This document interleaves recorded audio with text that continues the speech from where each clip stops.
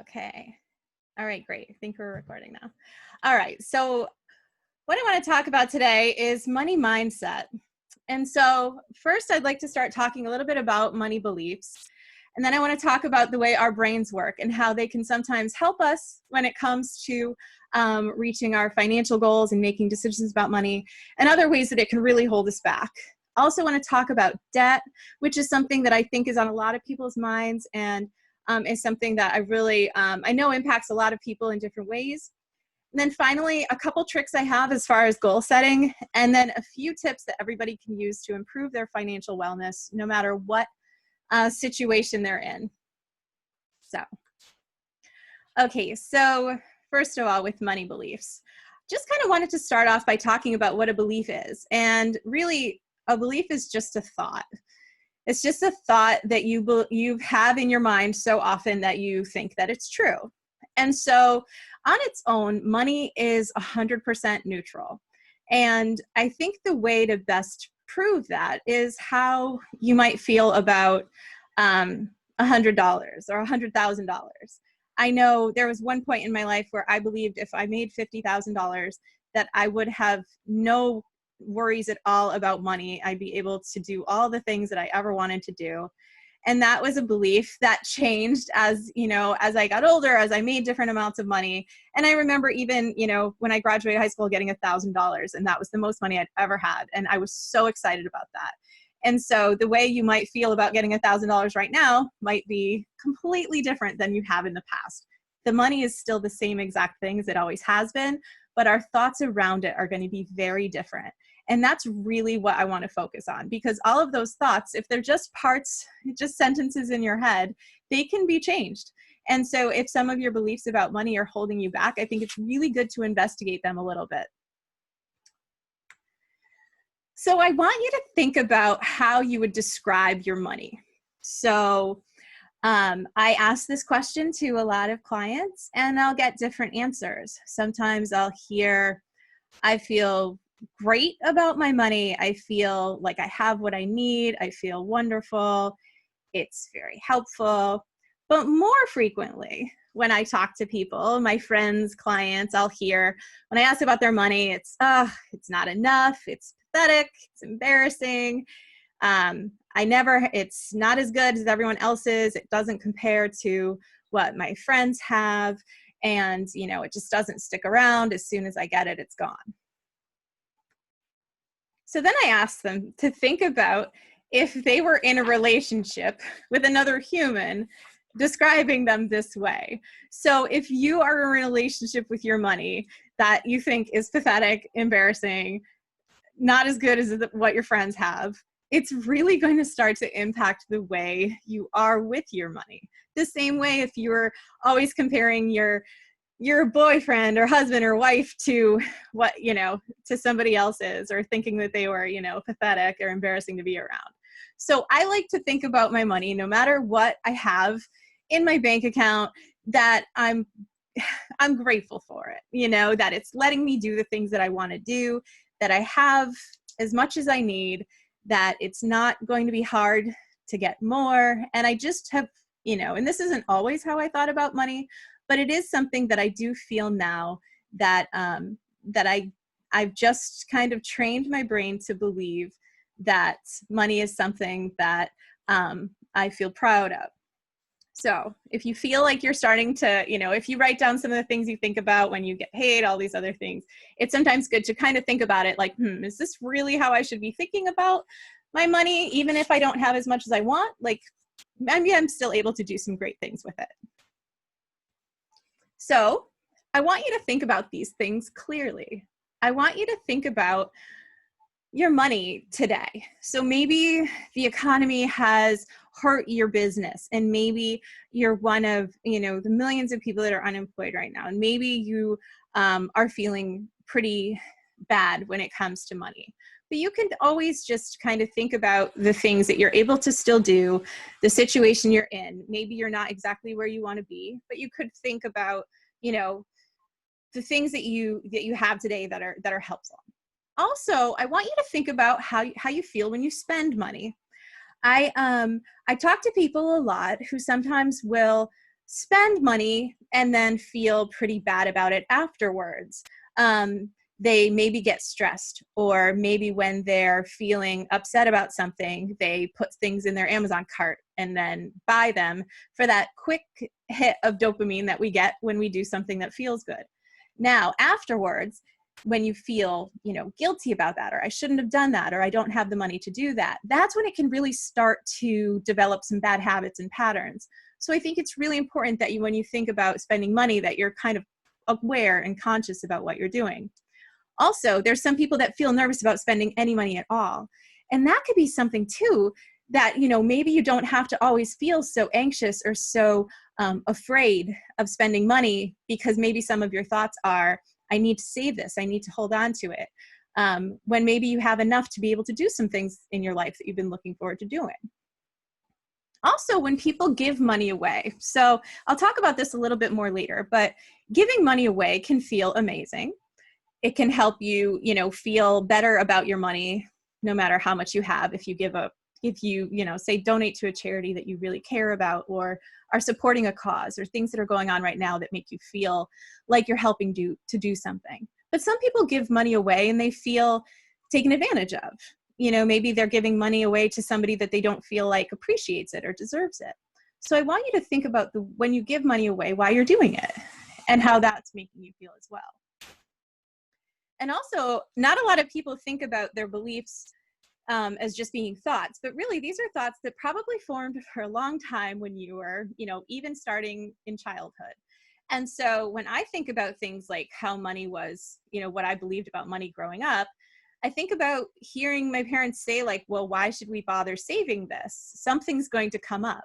And it felt like every time we had money, my parents were self-employed. So whenever we had money, it felt like, oh, we've got to spend it. We've got to spend it really quickly, because if we don't buy what we want right now, the car is going to break down, or some bill is going to pop up, or somebody's going to need something, and then the money will be gone again anyway. So we really just made money, spent money, made money, spent money, but saving it was never really something that we did. And so that really kind of stuck in my head for a while, that, you should just, when you get money, it's okay to just buy the things you want right now, because something bad's going to happen anyway. And that was really something that I had to kind of work my way around to say, saving money is a great idea. Having money, investing money, doing things like that can be really helpful, because I didn't want to feel that stress that there was never enough, or that it was all going to be taken away. And then you can think about like how you felt when you were younger about people who were rich, people who were poor. It might be some thoughts that are in your head that maybe you just don't really believe anymore. Or sometimes there's a lot of people who are ashamed of how much they have or don't have. And if you felt like you always heard your parents apologizing or feeling ashamed of how much they had or didn't have, you can kind of see how that can just start to reside in your brain and really start to help you shape the way that you think about things now. And we don't spend enough time really questioning those thoughts, like holding a light up to them and being like, do I really feel this way anymore? Do I always feel like money's going to go away, or do I know that that's not necessarily true? So I think it's really good to just spend a little bit of time and have a little clarity around some of these thoughts that might not be serving us very well anymore, because we can always decide if we want to keep them or not. Next, I want to talk about your brain. So in the post I shared on Instagram before I was doing this event, I looked up some research, and it says that scientists have said that we have anywhere between 20,000 and 60,000 thoughts per day.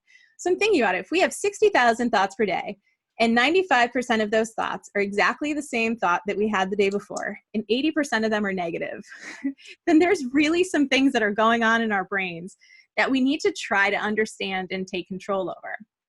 The human brain is the most sophisticated brain in the world, but we're still ruled by this part of our brainstem that's really that lizard flight or fight response type of brain. And that type of brain, it's the part of our brain that's always trying to keep us alive. Even today, before I do any sort of presentation, there's always this thought in my head that just pops up like, why are you really going to do this? Nobody's going to want to listen. why do this? Just maybe you should cancel it. Maybe you should see if anyone registered. Maybe you should just like, say you're sick or something. And it happens every time, no matter how much I like presenting and how many times I've done it, that there's just this part of my brain that's just always saying, you know what, if you don't say anything, you can't say anything wrong. So maybe we should just do that. And so I know very strongly that there's a part of my brain that wants me to go back into the cave, never come out, stay safe. But that part always has to be kind of muted in order for me to accomplish my goals, to talk to new people.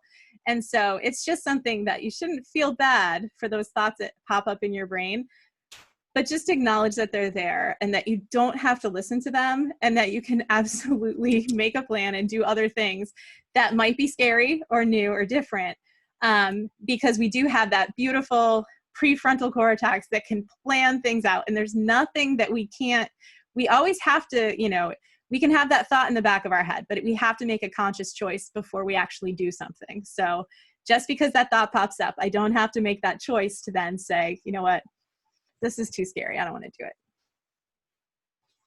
So I like to show this when I talk to people about the way our brains work, because one of my coaches that I've worked with for a long time says that our primitive brain is like a child with a knife.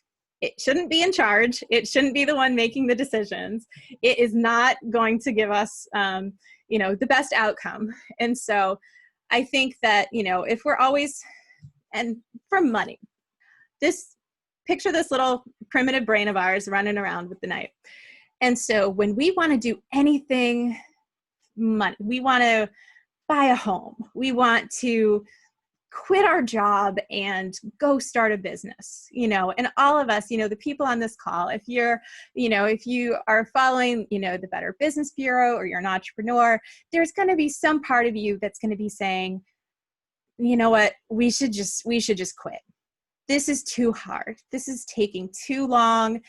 Maybe we should just go back and do something else. And so that's always going to be a part of our brain that we have to consider is there, and try to work our way around. It's like anybody who's tried to lose 10 pounds and was just like, you know what, this is taking too long. I'm going to go make cookies because that's going to make me feel good. And this whole thing is just too hard. Why should I bother? When you have to get through that slow part. You have to get through, saving for that down payment slowly if you want to buy the home. But eventually you'll get there. But you have to just realize that things just don't happen overnight. And while it's easier to spend the money elsewhere, to scroll through your phone rather than put the business plan together, there's always going to be something that's a little more tempting, but you have to try to make a conscious effort to override that. And this could be, even when I first started saving money, I knew that I was always going to be thinking about what I could be doing with it instead. So, the first thing I did when I got a job was just open the 401k, do the automatic investing, and then it just kind of went on in the background, and I didn't have to give it that thought every single time I got paid with what should I do with this money today. So there's definitely ways that technology and tools can help us, and I'll talk about those a little bit more later. But sometimes those can be very big, especially when the pull to do something different is very strong. I wanted to share this too, because I read a book by Dr. Moira Summers, and it describes the fact that your brain at 3 pounds is using 20% of your resting metabolic calories. So your brain is working really hard all the time. And, when you think about how many choices you need to make in a day, it's really helpful to think about where your energy is going. So the things that your brain is doing every single day, managing pain and stress, learning new things, directing your attention, making decisions, forming new habits, controlling emotional displays, completing routine tasks, and resisting temptations. So this is what your brain is doing on a normal day. So when something happens like a global pandemic or job loss or having to homeschool your kids and work a full-time job, you don't get extra brain. You don't get more capacity to do things.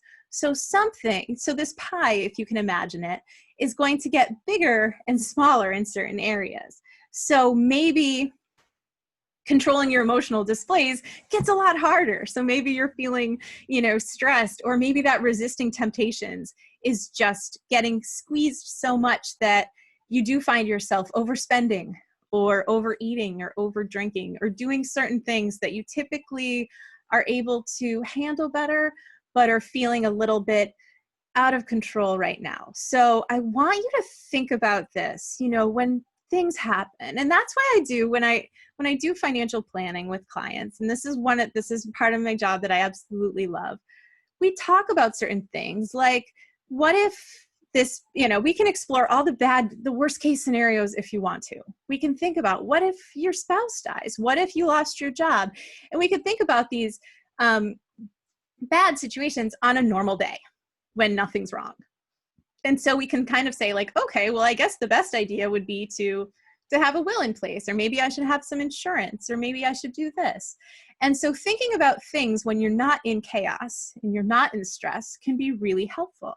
I was saying before that I've had an increase in planning clients, which is amazing, because there's a lot of people thinking like, okay, I got through this, things are reopening. My business can go, we can go back to work. But I really do need to kind of figure out, because that felt crazy, and maybe it's just not comfortable. So I do think it's important for us to give ourselves a break sometimes, and realize that we're not machines, and that we are trying to do all these things all the time, and that it can be very difficult when something like money or grief or things like that are kind of thrown into the mix. Another thing that I like to talk about when it comes to our brain and money is certain biases and heuristics that we all have. So the first one is loss aversion, and that's very strong. People tend to prefer avoiding losses than acquiring equivalent gains. And so I work, with, we have clients, we manage their money and investments and stocks and bonds. And so we're very familiar with loss aversion. So people want to make the most that they can and, avoid losing anything. Like everybody, nobody wants to lose money.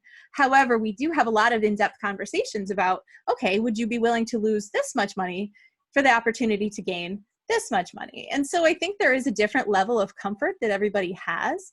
But I do think that that's something that's always going to be in the back. And that's again, back in that survival mode where you're thinking about, okay, this is too risky. I can't do this. I have to stay in this job that I hate because it's too scary to have to go out there and find a new one. Or what if I find a new one and it's terrible? So there's something where, you got to realize that your brain is always going to be thinking about this worst case and the loss that you could, but it might be holding you back from actually accomplishing things that are big, or investing your money, or looking at it. So it's really good to try to have a plan and really, really ask a lot of questions and understand the difference between risk and reward. Another one is perceived control. And so this is happening. I used to use an example about hurricanes and people who would say, you know what, my house has never been damaged. I'm staying put because I'm going to be fine. And they feel like they're in control of that when they're not. And I would say we're seeing this a ton right now with people who just feel like they're not going to get sick, or they just feel like they can kind of control what's going on when science or research kind of says, no, like this isn't something you can control. But that is something in our brains that sometimes we're just hardwired to believe. So it's really interesting, but I think that that's something as well to consider. The recency bias is huge, because this is, you're going to think about things that happened right, last week, yesterday, very recently, more than you're going to think about things that happened in the past. So like when the stock market, when it was halted and dropping in late February and March, people were thinking about that. But I would talk to the same people that had just been at the tail end of a 10-year bull market where, they weren't thinking about these things at all. And so, right now, if the stock market's at levels that it was, October, different, a couple months back when people were completely, comfortable and happy investing their money, they're going to think about what happened just the other day. So that's definitely just part of the way that our minds work. We'll think about the things that just happened and think of them maybe as being more true or more important than something that might have been the case for years. Bandwagon effect can be good or bad when it comes to seeing things that people do. So this is kind of like, could be keeping up with the Joneses when it comes to money. You might say, okay, well, they got a bigger job, got to get a bigger car, got to get a bigger house, got to have, you know, the vacations, have to do all these things to try to keep up with what we feel everybody else is doing.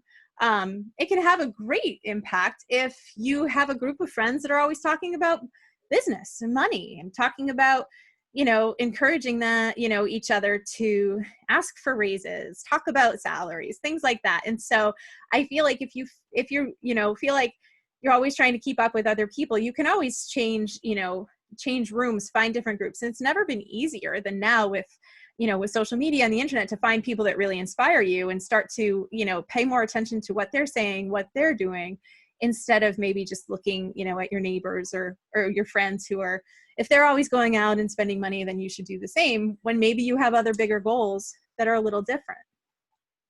Confirmation bias is strong. This is going to be like your news feed. So if you think that, you know, if you have strong political beliefs, or you have strong, you know, fear that, you know, investing is risky and scary and you shouldn't do it, then you're probably going to look for examples of that being true. So you might see, you know, look, you know, at the stories about people saying that the bear market is right around the corner, we're in it now, the recession, things like that. Or you might just, you know, if you feel like, you know, things are made up or a hoax, you might always just be looking for that sort of information, where really we should probably spend a little bit more time trying to find neutral sources of information and maybe questioning what we're seeing all the time and really trying to figure out if we believe that's true or not, or if it just kind of confirms what we're already suspicious of. The framing effect is definitely important when it comes to money. It's really about how things are presented to you. So sometimes people will be presented with a great opportunity and they'll think, wow, what could go wrong? But that could be a clever sales technique or something like that. So it's really important to have, and I love when I talk to clients that have a list of questions ahead of time before they meet me that they should ask a certified financial planner, or they should ask their investment advisor, because it meant that they did some work ahead of time, that they care, that they're invested in it, and they want to make a great decision. I think that's, I like that. You know, that's how I approach certain things. And I think that it's really, you know, sometimes people can just, you know, if there's scams or something like that, something could be presented in a way that looks really accurate or true, or like it's too good to be true. And so those are some ways that, you know, framing might be a potential risk.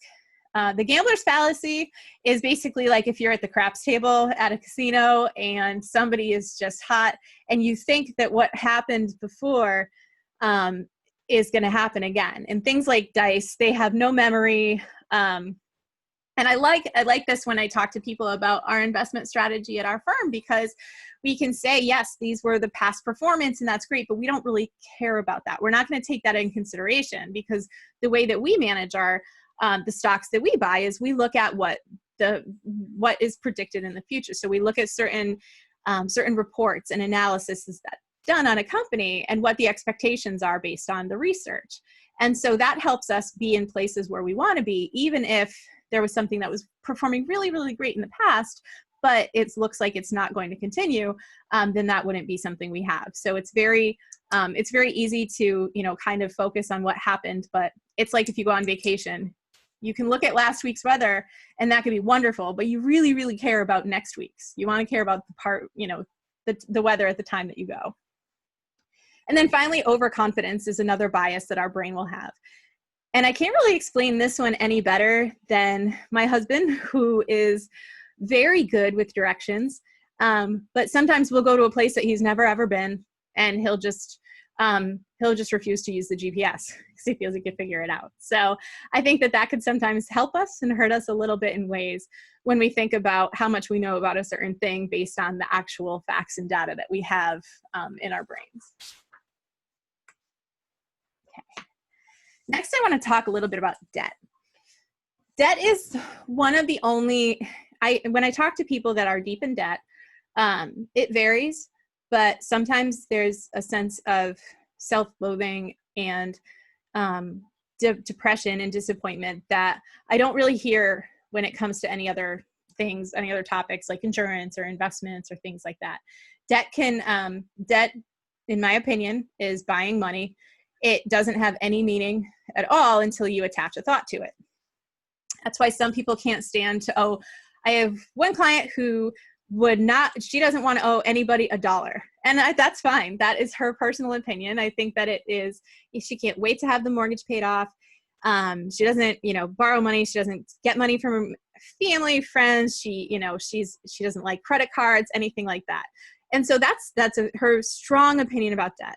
Now, I talked to other people that are completely happy having 6 figures of debt because they wanted this home, or they went to school and it, led them to opportunities, and it was the best time of their life, and they wouldn't trade it for the world. So I think, when I think about debt, I don't think there is such thing as good debt or bad debt. It's just debt. And it certainly doesn't determine how good of a human you are if you have it or not. So when it comes to feelings about debt, I think it's important for everybody to just write down what you owe and just have it there. And so if you want to create a plan to get out of debt, it's really important to understand the details about it. You have to understand how much that debt cost you, like the interest rates or what your payments are. And then, in certain situations, like a car payment, it could just be spelled out for you. This is how much you owe for this many years. But other things, if you have credit card debt and you're really struggling to get out of it, or student loan debt, it's important to kind of look at what the debts are and arrange them to see which ones are costing you the most money. So that would just be by looking at interest rates. And then, there's different methods. There's like an avalanche method where you put any extra money towards the one with the highest interest rate, or there's a snowball where you put it towards the lowest debt. Personally, I think I like the avalanche because it gets you out of debt faster, but if it makes you feel better and more consistent to do it by paying off the low hanging fruit, then that's fine too. There is no wrong answer when it comes to any of these things. It's just what you're going to do consistently and what's going to feel great to you. So I have some friends that are around $1,000 left on their student loans, and they're like, oh, should I pay it off? What should I do? My answer is, I don't know. Can you not stop thinking about it? Then pay it off. If it's not really bugging you and you've been at this for 15, years, and you'll be paid off by the end of the year, then just, make your payments and finish. It doesn't necessarily have to be one way or another, but your brain is always going to think of a better use for the money if you have a little bit extra. So you have to have a plan. If you're looking to get out of debt, it's really much better to have it written out, have an idea of what you're going to do, and just execute it, because otherwise it's going to be a dinner out or something like that would be a better use for that $100 than paying off your debt if you're not really thinking about it ahead of time.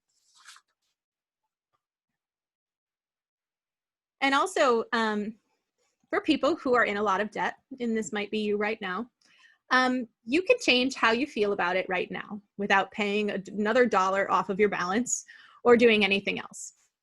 You can just decide to think differently. And so while I don't believe that you can just, visualize $1 million and paying off your debt, but you can decide to stop punishing yourself. You can decide that think about what you got in exchange for this debt, whether it was an education or a home, whether it was nights out with your friends that you're still paying off now, or buying a lot of things that you might regret buying. You can just think about what you got for it and then decide to be okay with yourself and make a plan to get out of it. Or you can make a plan, you can obviously continue to pay it off as it is, but you don't have to necessarily, you don't have to think that it makes you bad, or that it's something that is a reason why someone wouldn't love you, or somebody wouldn't want to, that you're not worth it, to be around. That's definitely something that it's not worth it, giving debt that much power over your life. And I want people, when they talk about other things they want, to act intentionally. So maybe this isn't the last time you're going to take on debt in your life. And I want you to think about it, even if it's a small purchase, like ask yourself what the return on this investment's going to be. You know, okay, I want to get, you know, a house. Okay. That's, you know, that could be one of your goals. You could think about it as an investment. You could think about it as just somewhere that you want to be. Think about if you're going to be happy about it for 10 minutes, for 10 days, or 10 years. And maybe if it's purchasing a basket of stuff from Sephora, maybe you'll feel good about it for a little bit. And then, you know, you might feel kind of like, oh, why did I do that a week from now? Consider interest rates, consider how much borrowing or you know, buying this money is going to cost you. And then think about why you want things. In 2018, I didn't shop for the entire year. It was just kind of an experiment I did. And I wrote, you know, I started my blog about it. But every time I wanted something, I was journaling why I wanted it. What was I going to do with it? Was I going to have a better time if I had a new outfit? Was there anything that I already owned that was similar to what I want? And I really had to get creative for the first time in decades about why I was buying the things that I wanted to buy. And it was, it's not something that I recommend doing for anybody for an entire year, but we've even had this small window where we haven't been able to necessarily do all of the things that we want to do, like going out to eat. You know, we might be able to do that now, or shopping and browsing a store, or just wandering around the aisles of Target. And so think about it. Are you going into debt just because you wanted to get out of the house and, you know, you ended up, you know, buying $100 worth of stuff at Target that you didn't really need? It's good. It's good to be intentional about it. It's good to make a decision that's not just, you know, trying to feel better, because, you know, we kind of sometimes feel like we have to feel good all the time, when really it's more 50-50. Like, we're not going to feel great every day. We're not going to feel bad every day. That's life. So that's just more human to be like, you know what, I'm bored, and sit with it instead of finding a way to go spend money to try to temporarily make it better. Okay, so next I want to talk about goal setting. I like this quote from Michael Phelps. I think goals should never be easy. They should force you to work, even if they're uncomfortable. So like I said before, with that 50-50, you know, we don't like feeling uncomfortable. We feel like we're supposed to feel good all the time. And if we don't, we have to like do something. We have to like eat some sugar, or spend some money, or get a cocktail, anything we feel like we need to do to try to readjust the scales. So we're always in this state of happiness, where I think that if you have really, you know, if you have goals, if you have big goals in your business or in your life, like, they should feel really uncomfortable. Like, it should feel crazy to think I want to have $1 million business, or I want to have, you know, certain things, you know, I want to write a book. I want to do all of these things. Like, if it feels easy, then you might not be dreaming big enough. And this kind of is why I want to spend some time talking about goal setting. Because when I talk to people, one of the first things I ask them when I talk about financial planning or anything, I talk about what their goals are. And a lot of times all I hear is, I want to pay off my debt. And I'm like, that's your big goal? Like, that's what you're dreaming about, is just being at zero?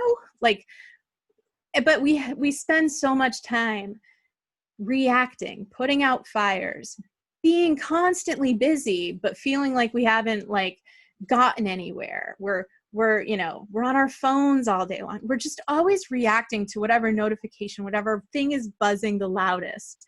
And we spend very little time daydreaming. We just don't spend a lot of time thinking about where we want to be 10 years down the road, because it almost seems like gratuitous, like it's a waste of time, but it's really not. And so I have fun with this because I can ask people whatever questions I want. And even this morning, I was talking to people about, like, what do you read? Like, if you were to, you know, get abducted by aliens tomorrow, like, what would your husband really have missed out on doing? And it's always interesting to hear what that person says.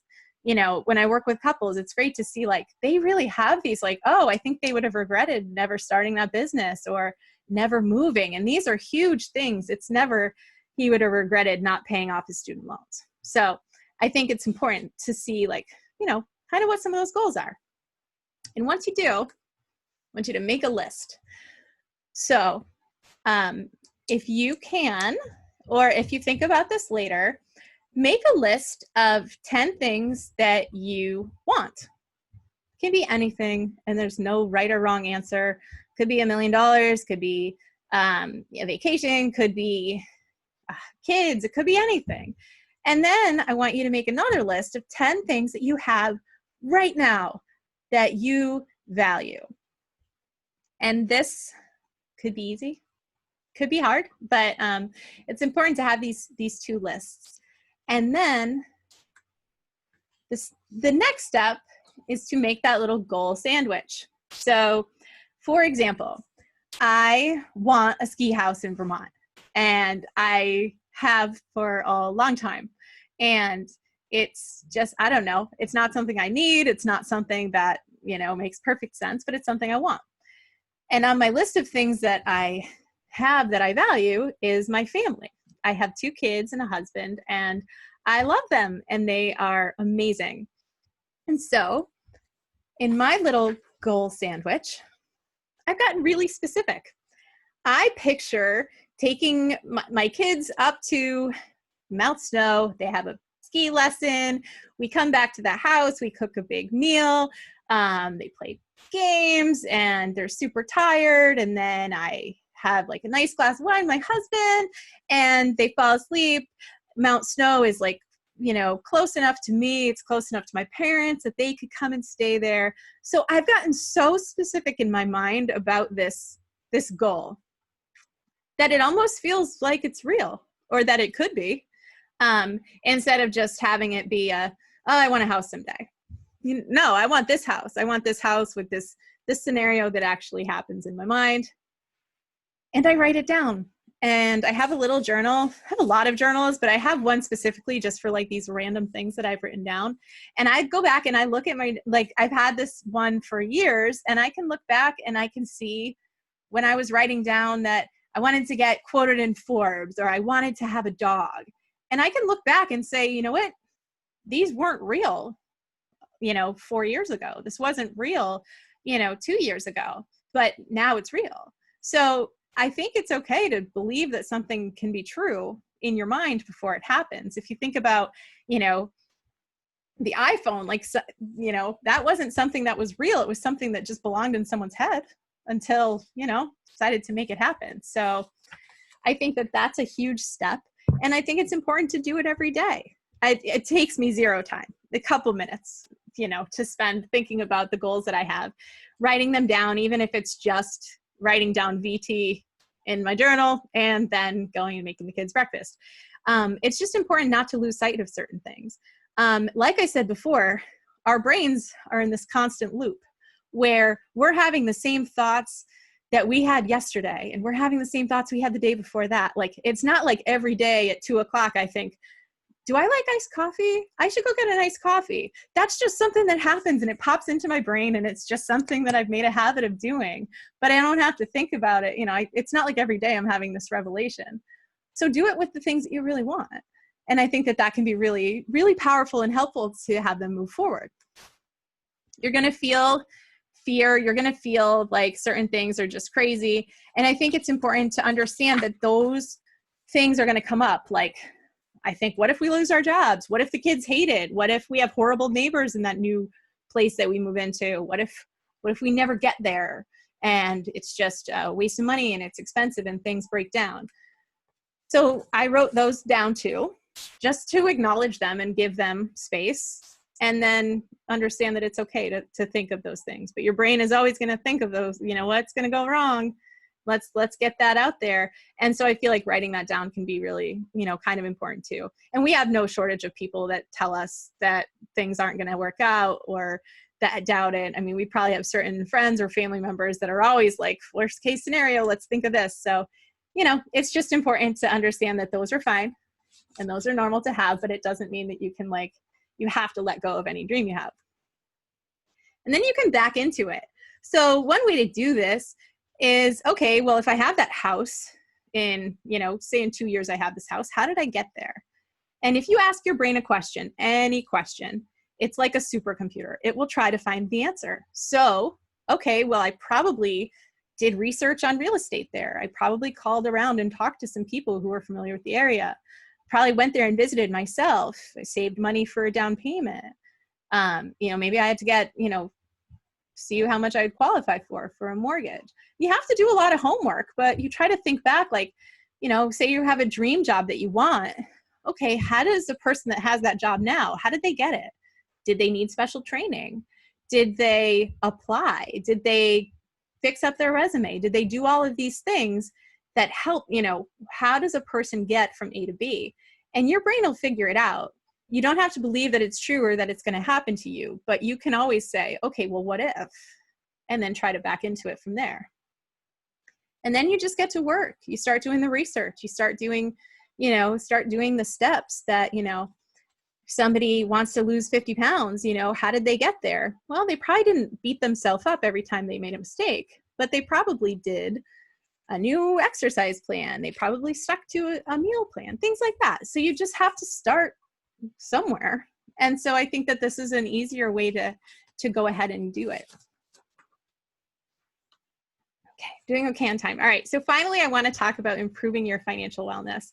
And I like this quote from Jim Carrey. I think everybody should get rich and famous and do everything they ever dreamed of so they can see that it's not the answer.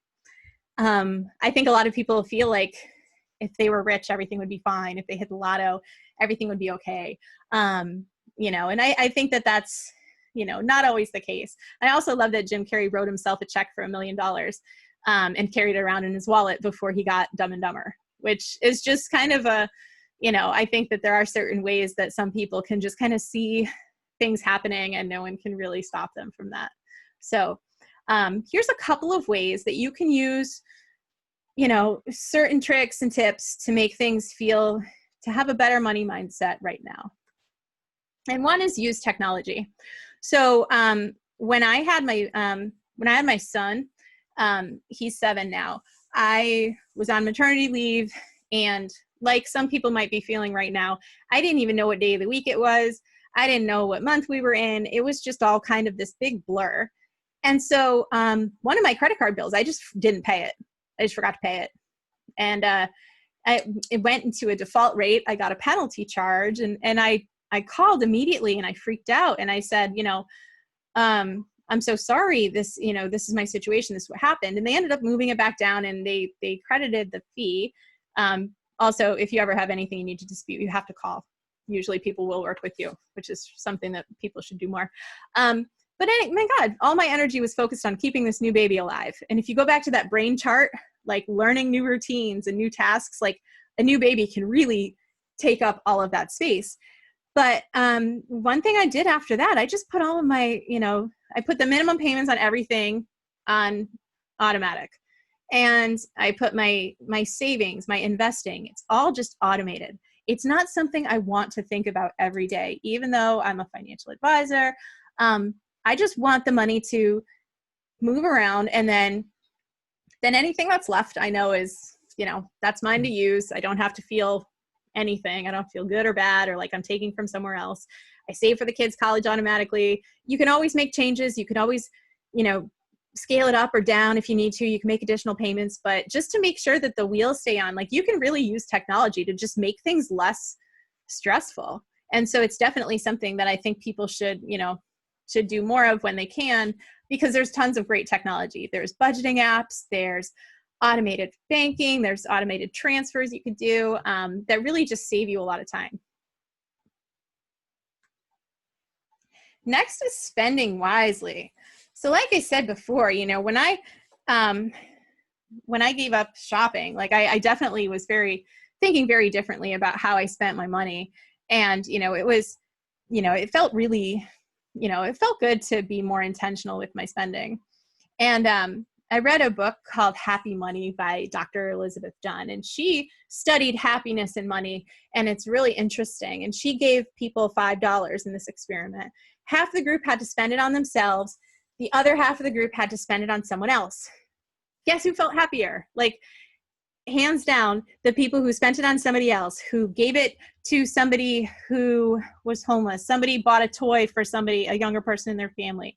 Somebody bought somebody else a coffee, and then other people who just spent it on themselves on, something, a treat or a snack. They didn't necessarily, feel any better about it afterwards, but, spending in a way, so if if you did want to figure out what charities you supported or what movements you support, you know, you can always, even if you find, you know, $10, $12 a month, anything like that, that you want to spend in a different way, you know, you can go ahead and do that, and it might feel pretty good. Another thing is investing in your relationships. So try to think about like the last time, you know, you did something really, you know, really fun with somebody that you love.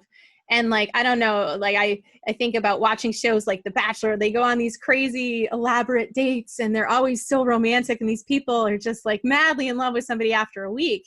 And it's because if you do something really fun with somebody, it can really like boost your mood and be really exciting. And so, you know, if you have some, you know, some behaviors that you want to shift, you know, you could always think about, you know, the people that you care about. Maybe it's your kids, maybe it's spouse, boyfriend, friends. And instead of saying like, oh, we do the same thing every day, like look up some sort of fun adventure or something that you could do together. And you could really find that it might just feel a lot better than like going to the same bar or doing the same things that you always did. So I think that could be a lot of fun. And sometimes, you know, this has had a lot of us get more creative about how we're spending our money and our time, and you know, trying to find more creative ways to get out of the house safely and do certain things. So that's definitely one space that you can, you know, use your money to feel a lot better. The next is buying now and enjoying later. You know, this could be, and right now it's tough, you know, we can't buy the concert tickets or the plays or the vacations as much as we could before. But if you do, you know, if you do have an opportunity to go somewhere or do something, if you pay for it in advance, often you'll feel a lot better than if you go and then charge it and have to pay for it afterwards. So that's just a little, you know, if you pay for tickets to something ahead of time and you already paid, it's already done, and then that thing is going to happen, you know, a month from now, 2 months from now, you have that added enjoyment of thinking about it and anticipating it. And then also when it happens, you can enjoy it more because the payment's already been made. So if there's ever any ways that you can pay in advance and then go, like even conferences, things like that, it's good to do so, because usually it's the same money, or you might save money by paying earlier, and usually you can have a lot more fun. And the final thing is, you know, taking care of yourself. So you know, when I talk about budgeting and stuff, I know a lot of people think that it's painful and strange, but I think that there's a lot of times where I can work in the things that people really care about. So I never shame anybody for having an expensive gym membership or buying healthy food, or, you know, having certain hobbies that they feel like, oh, I should just cancel this, you know, unless you're donating to a gym and you never go, then that's not a good use of your money. But if you feel like, you know what, I got a Peloton and oh, it was expensive, but I really love it, that's fine. Put it in the budget. Like that, let's keep that one, because anything that's going to make you a healthier person is going to be really good. And sometimes self-care sounds a lot like no. So if you feel like people are asking you for money, or you're doing a lot of stuff that you just don't really enjoy, and you're tired, or you feel like you don't have any money to save, you know, you can always start just, you know, taking care of yourself and only spend money in the areas that you really care about and feel good about. Also, if you spend money on things like keeping yourself healthy, it saves you money down the road. I feel like health is definitely one of those things that you either pay for now or you pay for later. So it's definitely somewhere that I think you can find the class that you enjoy, find the people you like being with, and if that keeps you healthy, it could definitely have a great impact on the way you feel in general. All right, so I'm going to go ahead and stop the recording right now. I'm going to check to see if there were any. I see there was one thing.